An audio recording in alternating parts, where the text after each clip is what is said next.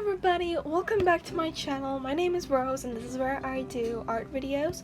So today, as you might have read the title or something, I plan to do a color study based on the two colors, red and green. They're contrasting colors, so I decided I wanted to do a study or something. So I was just going through Google and searching for some color palettes, so you can find a lot of there, and the one you see right there, which I had kind of doodled on my page, is what I'm gonna be using. It's similar to that, so I kind of already did the sketch, and that was the color study I was kind of trying to do, and I also kind of wanted to have some fun and then later stick it in my sketchbook.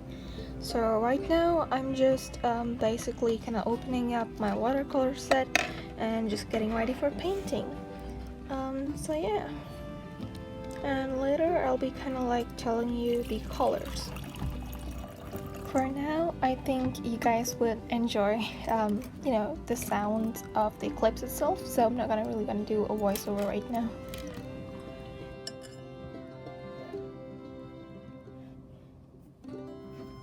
Yep, and I'm back. So yeah, let's start painting.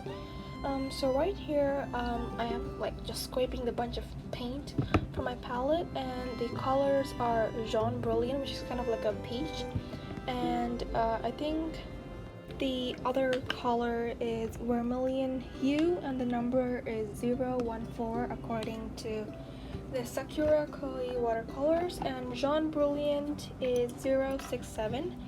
And the green colors, for the skin, is Viridian Hue 092 and Permanent Green Deep. Okay, then I'll just basically link them all in the description for you to read. Now about the painting that I'm doing, or rather the color study. Now I know she kind of looks like an alien, so to not give her the alienish vibe, I kind of went with this green color, which is the color palette I chose.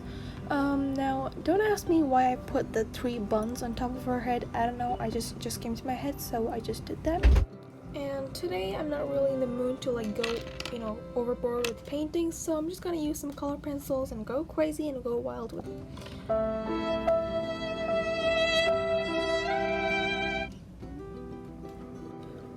And I had actually used a little bit of purple in the hair, for the shade.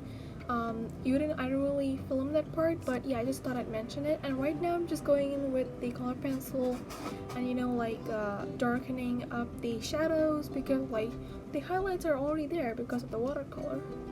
Oh, and I forgot to mention that you guys can totally just take out your sketchbook and start painting or drawing along with me.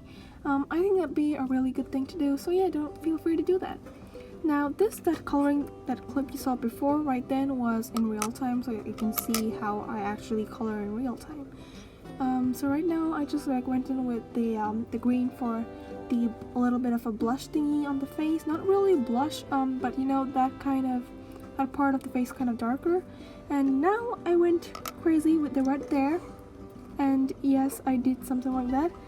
Luckily, my mechanical pencil did the job well, but it still had kind of a patch on the face, like an impact. But anyway, that just happened, and it wasn't really big of a deal. It didn't really spoil the fun, so yeah, I don't really mind. It's totally fine. So right now I'm just going crazy with the hair right there. I'm just experimenting with the patterns and the different outcomes. Hair doesn't always have to look like hair if I don't want it to look like hair. There are many possibilities. So yeah, I'm just going crazy with that. And I also actually used red for some shadow parts of the face, because red and green together, they're contrasting colors, and when complementary colors are mixed together, you get a neutral or something. So yeah, that's just a little color basic I put in there.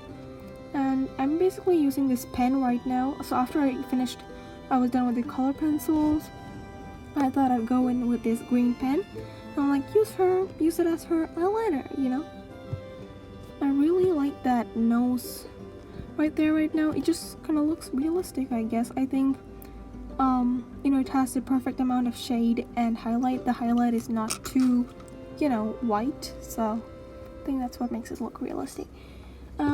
but then again I couldn't, you know, stop using the color pencils because I was really in the mood for it today. So I'm just trying to give the hair another texture, while basically destroying the old one, you know. And I think it's sort of gonna be a velvety texture of hair, so I guess I went back to the hair concept. So yeah, now I hope you enjoy the coloring process. Now this one on the right is kind of like the real-time coloring, and the one on the left is like, you know, more of a you know, a speed paint, I guess, even though I'm not really painting. Right now here I'm using orange and like a pinkish red, which was actually not really in the color palette, but it did go along with the color scheme I was, you know, playing around with right now. So yeah, I just went with that. I don't know, I've never really, like, you know, done a lot of pieces where I've just really experimented and had fun. Like, I did discover a new, you know, thing for hair. Like, you can play around with the patterns if you don't really want to draw, you know, hair just straight out. I think it kind of makes a interesting thing in your sketchbook if you would like play around with the shapes and patterns. And now it's time for the highlights. Now, I know the highlights are the fun part for everybody, and that, you know, sometimes we go, you know, overboard with it. Now, I did go overboard with it, or like just, you know, right now, and I did something with the eyes. I don't think that was necessary, but I was just having fun and I kind of like it anyway. And as you can see, I kind of put the highlight on the nose right there, and I wish I hadn't done that because it kind of lost the realistic touch, but I wasn't really, you know, particularly going for anything here. So yeah, that's okay too. Now, because this paper is actually kind of like a watercolor paper, it has like a bit of texture to it. So when you use the color pencils on top of it, it just kind of creates this beautiful texture, and it's just really, you know, beautiful. So now, as we do in watercolor sometimes, like, you know, you kind of darken the parts where I don't know, where the flower or the leaf intersects. So I just kind of did that right there. I just thought about, like, you know, as if I'm doing it in watercolor, and it kind of did it with the color pencils. So I think those kind of, I don't know, whatever plants those are, kind of really added to this sketchbook and color study. And since right now we've kind of finished up the, you know, the art part of the video, I'm just gonna like go in and cut it, like, you know, cut it and crop it so that, you know, it kind of looks good, and I can like just stick it in my sketchbook. So I'm just following the shapes and going around and cutting it. I don't know, her face looks so serious. It's kind of funny to me. I just really love those doodles on the side. Like, the florals are just they're just so expressive. Oh, and here is another tip I want to mention. It's like, you know, if you don't have like a very thin white gel pen, you can go in with the correction pen that you have, and then squeeze out a bunch of that ink onto a piece of paper, and then like clean the tip of the correction pen, and then just gently take a small amount and like try to put it on the place you want the highlights, like what I'm doing right now here. Make sure you don't take too much, because then you might get like a bigger one or a medium. Like, I had made a mistake right before, if you didn't see that. Now, why I went in with the correction pen here is because I think I used some sort of an ink pen or a gel pen on top of it before, and the white gel pen didn't really work on it because it just kind of absorbed and turned pink. So that's why I went in with the gel pen there, the correction pen there. So I hope that tip helped you. This is the end result, and I kind of stuck it in my sketchbook. And I hope you guys enjoyed this video. I hope you drew something along.